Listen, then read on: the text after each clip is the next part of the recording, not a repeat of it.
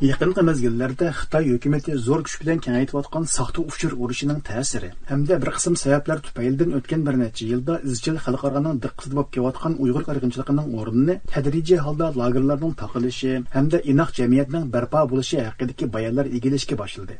Ana shunday bir ahvolda Xalqaro kechirim tashkiloti va Uyg'ur kishilik huquq qurilishining o'rtaq sohibxonligida 23-oktyabr kuni Amerika Davlat Majlisida o'tkazilgan Uyg'ur diyori haqidagi rasm ko'rgazmasi o'xshamagan qatlamdagi kishilarga, jumladan Amerika siyosiy sohasiga bu masalani yana bir qatam eslatgan bir qatimliq nahmadan faoliyati bo'ldi. Faoliyatdagi rasmlar ko'rgazmasida dangliq rassom Molli Kirabapil sizib chiqqan Uyg'ur diyoridagi lagerlarning tasviri, shuningdek Xinjiang soqchi hujjatlari deb nom berilgan arxivlardagi fotosuratlar ko'rgazma qilindi. Bo'libmi Molli xonim sizib chiqqan rasmlarda Uyg'ur diyoridagi zo'r tutqun hamda kengayotgan lagerlar, shuningdek lager va turmalarda hozirmi davom qilayotgan turli jismoniy qiynoqlar, shu qatorda yo'lvoz o'rindiq, kashlik so'roq, kollektiv mengi yuyish, lagerlardagi qamoq uylari qatorliqlar jonliq aks etgan edi. Shunlashqimi bu rasmlar ko'rgazma ahliga Uyg'urlar boshdan kechirayotgan bu qabohatlarning amaliyotda ayni vaqtdagi Yahudi qirg'inchiligidan hech qanday farq qilmaydigan bir fojia ekanligini o'ng'ayla his qildiradi. Faoliyatning rasmlarni ko'zdan kechirish bo'ligida kishilar aylanib yurib rasmlarni ko'rayotganda biz lager shohidi Tursunay Ziyovuddindan bu rasmlardagi chinlikning qaysi darajada aks etganligini so'radik. Masalan, hozir Xudosh lagerdagi narsalar ko'z oldimga bir rasmda Mesela bizden aşağıda maxsus ayrım bir-birimizni kömeydiğen yer açıp durup aşağıda yer sorak kılattı. Şu kamerayı nak keltirip de yege. Abduzda adam aşı. Nak isimden ketmeydi. 2018 3. aydan 10 gün tutuldum. Ben şu günü uyağı 3 gün adam taşıdı. Abduz nakla doğru keltiripti. Şu karasam yok adamla lak ayırıp itmanga kurallık sakçılarının turuşu nakla aşıp göz aldım da. Lagerning eshigini oldi qator tizib qo'yib qo'ygandir hozir ataytim berib ko'rib keldim qarab tova xudolik ko'z bilan ko'rgandek. In a time when the world can feel like darkness, it's very important for us to be the light. Faoliyatning nutq bosqichida Xalqaro kechirim tashkilotining xodimlaridan Jin Wu oldi bilan so'z oldi hamda bu qatimqi ko'rgazma haqida ma'lumot berdi. Shuningdek, Uyg'ur diyoridagi hech qanday odam bu qabohatlar haqida so'z qilish imkoniyatiga ega bo'lmagan bunday ahvolda Amerika Davlat Majlisida bu ko'rgazmani echishning zo'r ahamiyatga ega ekanligini eskartdi. There are millions of ethnic minorities in China, Xinjiang, that region. In 2021, Shu qatorda Xalqaro kechirim tashkiloti Amerika sho'basining direktori Amanda Klasen xonim so'z oldi.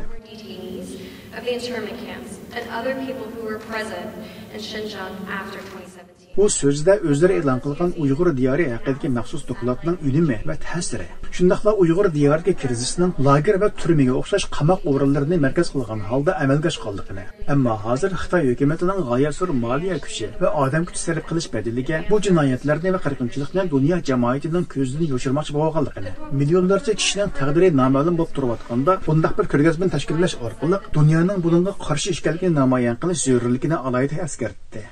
And everyone has the right to freedom of thought, conscience, and religion. Unfortunately, as Amnesty International has documented, Amerika siyosiy sohasidagi arboblardan Amerika Davlat Majlisi qaramaqidagi Xitoy ishlari ijroiya komitetining qo'shma raislaridan Jeff Merkley apandimi so'zga chiqdi.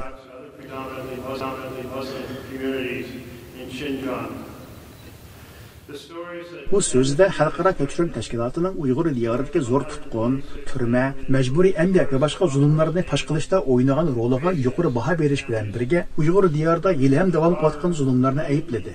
Shundaqla navbatda Xitoyning chegara olqigan zulmlarining Amerika ta'sirida kengayotganligini unutmaslik kerakligini tilga oldi. Bu so'zining oxirida Amerika hukumati Uyg'urlar haqida ba'zi qonunlarni e'lon qilib ijro qo'yganga o'xshash bu xilki tadbirlarning Kanada, Yevropa va boshqa joylarda o'tirg'a chiqishi lozimligini ta'kidladi.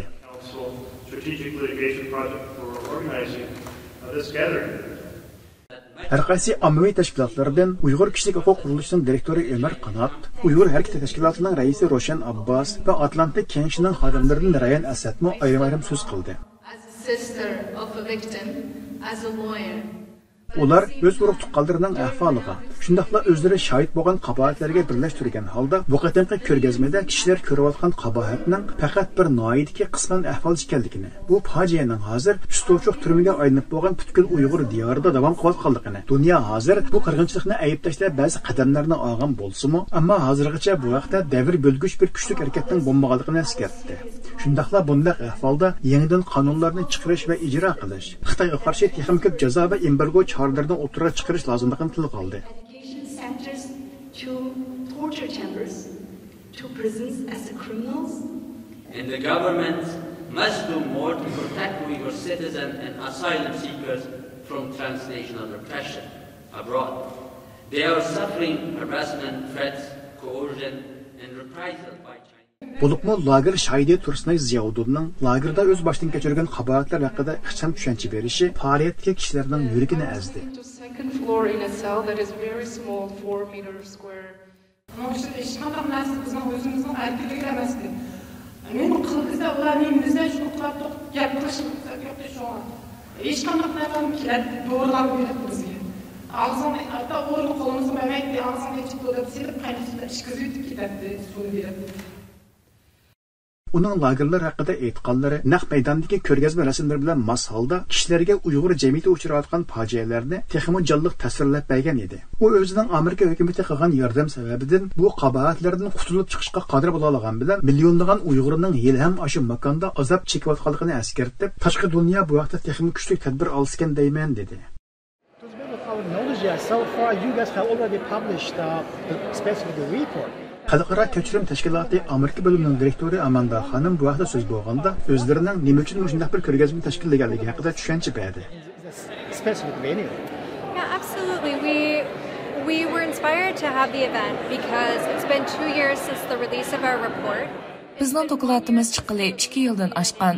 Birlashgan Davlatlar Tashkilotining dokladi chiqqili 1 yil bo'lgan bugungi kunda Xinjiangdagi insoniyatga qarshi jinoyatlar yilmi davom qilyotdi.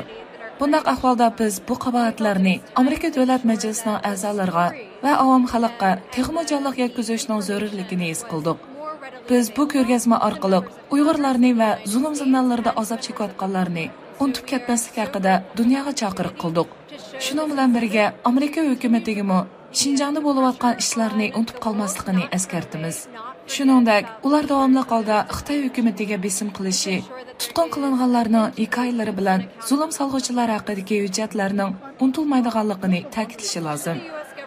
Is that while we know it is difficult to continue to keep the focus on human rights abuses and the Faoliyatda yana Avam palata a'zosi Nancy Mace'ning ko'rgazma haqidagi bayonoti o'qib o'tildi. Kommunizm qurbonlari xotira fondi, Misran Do'lan qatorliqlarining vakillari o'z fikrini bayon qildi. Faoliyat 3 soat davom qilib, kech soat 9 da oyoqlashdi.